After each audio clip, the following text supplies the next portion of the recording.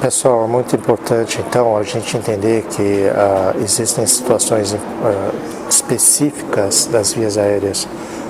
Uma vez que você faz a fase da pré-intubação, você lembra que a oxigenação passa a ser um fator importante. Além disso, a inspeção do paciente, inspeção dinâmica, através da regra de Lehmann. Né? Eu já tinha falado para você sobre Lehmann num vídeo anterior. E Lehmann para nós significa uma série de palavras em inglês. Né? No caso, look externally, evaluate 3-2, Mallampati, obstruction and neck mobility. Nesse caso, fica muito difícil você decorar esta regra e aplicá-la no dia a dia. Então, eu recomendaria talvez uma forma mais fácil de você memorizar, utilizando, por exemplo, uma regrinha que eu acabei desenvolvendo aí para vocês, os 3M. O que é os 3Ms? Na verdade, OS, né, significa olhar a situação do paciente, fazendo a inspeção do paciente. Os 3M, 332, né, 332. E quais são os 3Ms? Mallampati, né, má passagem do ar, né, sinais de obstrução, e mobilidade cervical. Aí fica mais fácil para você guardar. Né? Então, os 3M, olhar situação, 332 e os 3Ms, Mallampati, má passagem do ar, que é a obstrução, e mobilidade cervical, ok? Fica mais fácil de você desenvolver dessa forma. A gente tinha falado um pouquinho já dessa regra de Lehmann, e essa regra de Lehmann, na verdade, o que esse primeiro, a primeira parte, né? Olhar externamente, ou look externally. Você tem que olhar o paciente que você mais vai encontrar no dia a dia. Você tem que estar atento a esses sinais. O paciente que apresenta aí sinais de dificuldade na hora de você ventilar com a sua máscara e o ambu. O paciente que tem barba, tem bigode, vai ficar mais difícil de você ventilar. Né? Então, se você precisar já pré-oxigenar o seu paciente, você vai ter dificuldade. O paciente gestante no terceiro trimestre, né, que tem aí alterações anatômicas, fisiológicas e que podem inclusive aumentar a chance de vomitar e também uma alteração anatômica lá que vai dificultar às vezes a sua laringoscopia. Outra situação também que você pode ter é o paciente que vai apresentar aí o quê? Sinais de trauma, distorções de via aérea, né? Seja não só pelo trauma, mas uma neoplasia. Imagina um paciente que é considerado um pesadelo, né, para intubação, que é o paciente com uma síndrome de PR-Robin ou sequência de Robin. Ele tem uma retrognatria, né, mandíbula para trás, macroglossia, língua um pouquinho maior, ele tem às vezes fenda palatina, né, e você não vai fazer essa intubação tão fácil. Né? Então, você tem que olhar esse tipo de paciente, você já tem que ter uma estratégia. Essa estratégia basicamente o quê? É você ter aí condições para avaliar o seu paciente e poder fazer esse tipo de trabalho. Avaliar esse tipo de paciente e conseguir fazer uma boa via aérea significa que você olhou esses detalhes, que você olhou determinados aspectos que podem colocar em risco, né, a vida desse paciente se não forem observadas, ok? E mais importante do que isso é você ter uma estratégia para isso, é o quê? Ter um material para a via aérea difícil do seu lado, organizado e fácil acesso para você utilizá-lo sempre que necessário. Bom, feito isso, a regra, né, de Lehmann também te permite analisar o que são esses 332. O 3 é a distância entre os dentes incisivos durante a fase de abertura da boca do paciente. Então, realizando a abertura da boca do paciente, a melhor distância que você consegue ter entre os dois dentes incisivos é de 3 centímetros. Isso pressupõe que você vai ter uma via aérea mais fácil de ser feita. Se você não tem uma medida, uma régua, alguma coisa, enfim, você não tem experiência para avaliar tecnicamente se isso representa 3 centímetros, utilize a aproximação de 3 dedos próximo da boca do paciente e isso vai ser uma forma de você ter uma perspectiva, a intubação vai ser fácil ou difícil, levando em consideração que ela vai ser menor do que 3 centímetros ou 3 dedos. Tá? Só não coloca os dedos lá dentro da boca do paciente, se ele não estiver devidamente sedado e curarizado, porque esse paciente poderá causar aí uma mordida, essa mordedura poderá ser grave para você. Lembre-se que sua mão é sua ferramenta de trabalho. Né? Bom, o que são esses outros 3,2 aí? O outro 3 é a distância entre o mento, o queixo e o ocioide. Né? Então são 3 dedos que você coloca. Se estiver abaixo de 3 dedos, tanto a primeira quanto a segunda medida, você já pressupõe que pode ser uma via aérea difícil.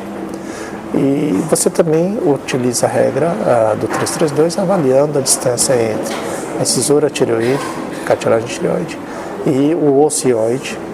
Se for abaixo de 2 centímetros, você também poderá ter uma via aérea difícil. Essa é a regra de 332, você avalia e verifica se realmente vai ter uma dificuldade maior para fazer essa laringoscopia. Basicamente é isso. Bom, além de olhar o paciente externamente, fazer inspeção estática e olhar, né, através da regra 332, as distâncias necessárias e ter uma perspectiva de mais ou menos uma intubação fácil ou difícil, você deve continuar o Lehmann. E o Mallampati, na minha opinião, é uma técnica que você utiliza para o paciente eletivo, o paciente está sentado ou colaborativo, que você pede para abrir a boca, ou você pede para ele fazer aí a tração da língua, né? Você pode tracionar a língua ou pedi-lo para posicionar a língua para fora, e você vai fazer essa avaliação. É uma medida que deve ser feita com algum critério, alguma cautela, porque ela pode ter uma série de vieses aí, né? E no ambiente de emergência, no ambiente de pré-hospitalar, você não vai ter essa condição. Muitas vezes você vai estar com o paciente sentado, preso às ferragens, ou deitado, você não vai conseguir fazer isso direito, né? Então, se você tiver já um paciente que te permita fazer a laringoscopia, ou você ter já feito a sedação e a curarização, você pode perceber se ele é um paciente que tem uma via aérea difícil nessa circunstância, através da regra de Cormack e Lehane. Você vai avaliar o grau de dificuldade através da sua laringoscopia. Lembre-se que esse tipo de paciente nem sempre, às vezes, está sedado ou está devidamente adequado para receber uma lâmina de laringoscópio durante essa fase. Então, a minha sugestão é que, se você não puder fazer isso, deixe sempre o seu material de via aérea difícil do seu lado, ou num local fácil acesso e que você objetivamente consiga fazer isso, se necessário. Uma coisa importante também é que você continue a regra de Lehmann, lembrando dos sinais de obstrução. Eu já falei dos sinais de obstrução para vocês. Basicamente é o quê? O desalinhamento, né, dos eixos oral, faríngeo e laríngeo, mas você pode ter um corpo estranho dentro da via aérea superior, né, no interior da via aérea superior. E aí você vai precisar fazer algum tipo de procedimento. Às vezes a situação é um pouco mais grave, você pode ter um corpo estranho já em via aérea inferior. Isso vai dificultar de sobremaneira a sua intervenção. Para os casos onde você tem uma obstrução de via aérea superior, que está acima do primeiro anel traqueal, você ainda consegue fazer uma série de procedimentos. E você pode, inclusive, pensar inicialmente em desobstruir a via aérea. Caso isso não seja possível, você está diante de uma indicação de uma cricotireoidostomia, seja por punção ou cirúrgica. Se estiver um pouco abaixo disso, talvez você não tenha outra opção a não ser uma traqueostomia. Ou encaminhamento desse paciente, se possível, o mais rápido possível, para um procedimento aí de emergência, onde vai ser feito aí a broncoscopia ou eventualmente um outro tipo de recurso para que esse paciente tenha acesso à via aérea. Lembre-se, qualquer atraso nessa fase é muito grave, porque a via aérea não é a condição que mais mata, é a condição que mata mais rápido. Então você tem que ser rápido, você tem que ser ágil. E você tem que treinar, inclusive, a regra de Lehmann, né, ou os 3M, de tal forma que você esteja já habituado a ter algum tipo de procedimento ou algum tipo de ação rápida em circunstâncias como essa. Bom, se você tem um paciente que você precisa ter uma via aérea definitiva, lembre-se que o conceito de via aérea definitiva é o quê? É uma cânula com balonete insuflado na traqueia. Então isso pode ser uma intubação endotraqueal, seja pela boca, pelo nariz, até mesmo em outras circunstâncias mais especiais, onde é feito às vezes até um orifício na pele para permitir essa intubação, ou você tem uma cânula de traqueostomia com um balonete insuflado na traqueia. Basicamente esse é o conceito. E você precisa, em determinados pacientes traumatizados, um trauma grave, primeiro, pensar quais são os critérios em que você vai realizar a intubação. Então, primeiro, paciente que está com um rebaixamento do nível de consciência, paciente que se encontra em uma condição chamada coma, né? Que pela escala de coma de Glasgow, você vai ter o quê? Uma escala onde o número é inferior ou igual a 8, esse paciente precisa de uma via aérea definitiva. Se você tem um paciente que está rebaixado e que precisa, por uma razão, né, proteger uma via aérea, porque ele vai vomitar, intoxicação por álcool, restos alimentares, você precisa garantir durante o transporte essa segurança. Esse paciente pode ser um candidato a uma via aérea também. Pacientes com extremos, né, de idade e obesos, principalmente crianças e obesos, eles dessaturam muito rápido. Então, se estiverem inconscientes, esses pacientes, como todos os outros, precisam de uma avaliação criteriosa, inclusive uma decisão sobre a necessidade de uma intubação endotraqueal. E o paciente que apresenta, às vezes, um rebaixamento do nível de consciência, porém não chegou a uma escala de coma de Glasgow de 8, ele pode ter uma perda substancial da qualidade, né, do nível de consciência. Então, talvez você tenha que optar por uma intubação por sequência rápida, ou seja, você vai fazer uma sedação desse paciente, você vai prepará-lo antes disso, e você vai fazer a aplicação de um curare, que é um relaxante muscular, vai paralisar a musculatura dele somente depois da sedação e realizar a intubação por sequência rápida. Existem situações onde a obstrução passa a ser um fator muito grave, como nós já falamos. Esse paciente também pode ser um candidato a uma via aérea definitiva.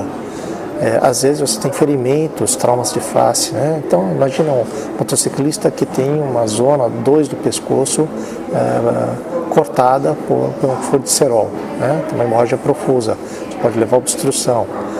Se você não conseguir aspirar esse conteúdo, lembre-se que ele pode cair na via aérea, pode causar uma complicação no paciente. Então ele precisa de uma via aérea definitiva. Um trauma de face complexo, muitas vezes não dá para você intubar. Você vai fazer essa primeira avaliação, mas se você não conseguir intubar, pense se esse paciente não é um candidato a uma via aérea cirúrgica.